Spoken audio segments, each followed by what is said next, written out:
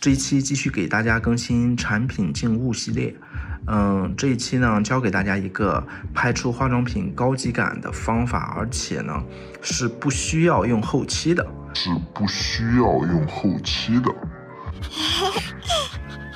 首先看一下我的场地，现在有一个化妆品在我的面前，我们现在把它摆到一个亚克力板上。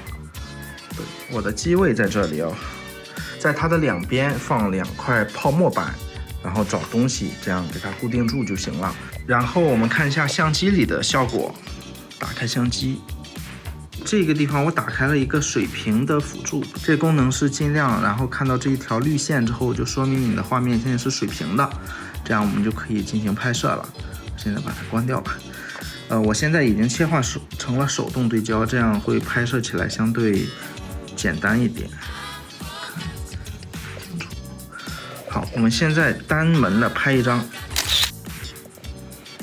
好，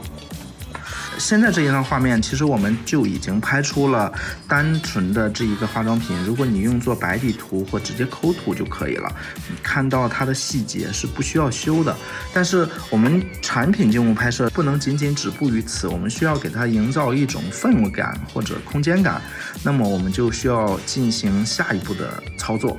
首先我手里呢有这么一个灯，我们用这个灯呢去给它想办法去制造一些效果。另外呢，我可能还需要另外一盏灯的帮助，是一个 LED 灯。好，接下来我为大家解释一下这2盏灯分别用来做什么。LED 灯呢是用来打亮这个主体的，像刚才那张图我们可以看到，虽然产品已经亮了，但是我觉得主体还可以再亮一些，所以我现在就打开这个灯，看到这个灯已经亮了，主体上面就可以给它起到一个补光的作用。那现在我们想办法在背景上做一点东西，所以我现在就用这个灯，然后我想办法在后面去加一下这个灯，给它营造一个背景。好，我们看一下加完灯之后是什么效果。好，我们看到现在这个灯已经打开了，但是我要跟大家解释一点的是什么呢？如果这个灯你用灯芯去打这个背景呢，这个地方它就是最亮的，其实这样效果并不是特别好。如果你用边缘光去打，看到这个边缘，用这个边缘光就不正对着它打出来的这种光叫羽化光，这种光就比较柔和，带有一定的过渡，所以这种效果就比较好。所以我实际上要做的呢，就是把这个灯移到后边，利用一部分的羽化光，然后通过控制背景灯的亮度，我们去营造出一种效果。好，我们看一下摄像机里边的，摄像机里面它现在已经亮了，对不对？但是它现在有点太亮了，所以可以把那个灯的亮度调低一点，亮度调低一点，对，再高一点，再高一点，现在没有了。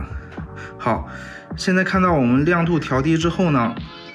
背景的光的效果已经出来了，但是现在显示屏幕上的其实是比实际的要亮一些。好，然后此刻我再打开我的这个灯，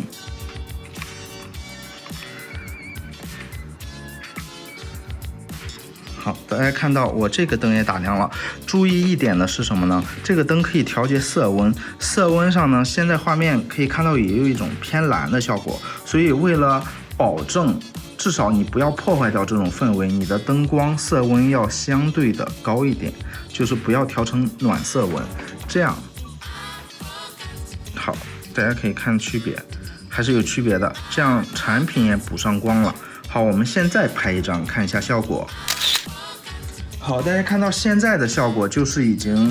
我觉得已经挺不错了，因为这种情况下我们拍摄出来的图片是不需要修图的，这种画面的质量就已经是非常高了。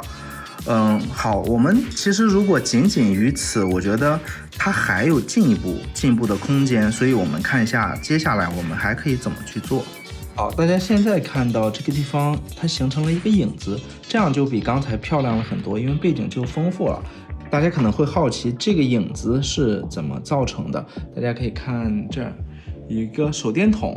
对，手电筒就可以打出来一个很硬的影子。这个地方有一个知识点要记下来，就是如果你想让你的影子越实呢，那么你的光源就要越接近点光源。就是说，如果你用这个 LED 灯，它很难打出这么实的影子，但你用手电筒就可以。为什么？因为手电筒是点光源。